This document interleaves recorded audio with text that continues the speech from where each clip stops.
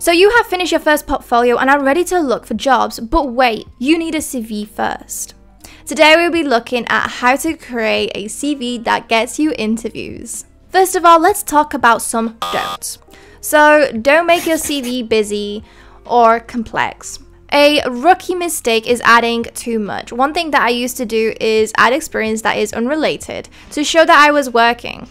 But I would totally recommend to remove that and only add essentials. Using too much color. Again, this goes under busy and complex, but one thing that I did when I started was wanting my CV to look pretty.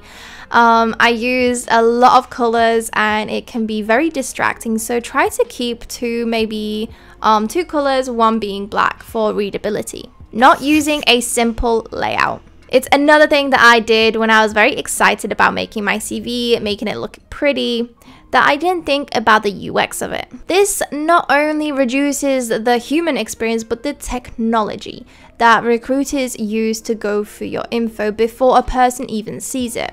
So the more complex it is, the harder it is for the machine to go see the important information, and you may not be selected due to this.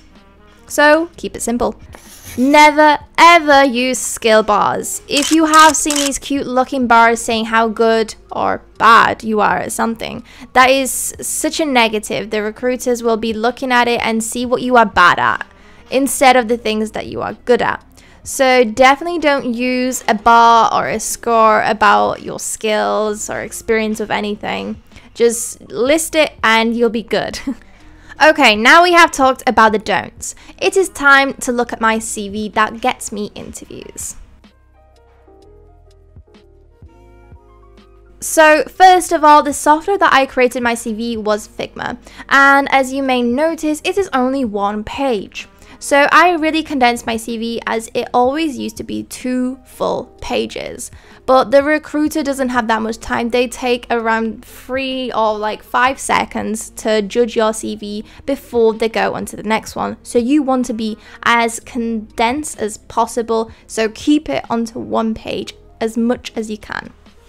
So the structure of my CV is a simple 2-column design, and I have the typical about me section, any links, work experience, education, skills, tools, and I also like to add achievements such as the Google UX quiz, as it shows the recruiter that I like to upskill. Next to all of these keywords like work experience and education, I have a little icon just to improve the user experience and making it more visually pleasing. This also makes it easier to locate information. One thing that I would recommend is to show all of your links. So your website, Instagram, Behance, YouTube, LinkedIn, all of your social medias, and any platform that you are on. As these days, socials is so important and you would be surprised. In my earlier days, I had an interview, and the reason that I got the interview was because of my Instagram page. This was told to me on my interview, which shows how important sharing your socials is. I'd also say to keep your education as limited as possible. I don't show my college or high school no more, just because my university degree is my latest degree and therefore it is the most important one. This has also freed up a lot of space for me. You may have noticed that my work experience is not in bullet points. This was more of a personal choice of mine. I used to do bullet points, however lately I changed to small paragraphs. But this is a preference choice. I don't think it impacts your chances, although some would say bullet points are easier to read. I think just as long as you don't put any fluff in there, it's fine. And like I said before, don't add anything that is irrelevant in your work experience section. So before you go and make your CV, just listen to this top tip of mine. It is so important to look at a couple of jobs and highlight keywords and phrases from the job summary, the key responsibilities, requirements, and so on. And then transfer all of this info that you collected and place it into your CV, obviously if it applies. As the recruiter is looking for someone that fits this role, and they're going to be looking for these keywords.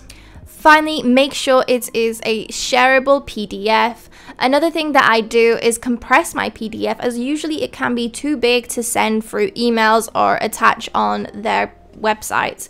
Plus, it makes the loading time quicker. And you may be wondering about a cover letter. And actually, I don't do cover letters. They are generally a waste of time. You already have your CV and most importantly, your portfolio. A cover letter is just fluff in my opinion, and if a place asks me for a cover letter, I just keep it really brief. Unless it is a place that you are so passionate about and you always wanted to work there, then that's when I would do a cover letter. Other than that, I wouldn't. And that is just a personal choice of mine. So if you have enjoyed this video, you may also enjoy this video right here.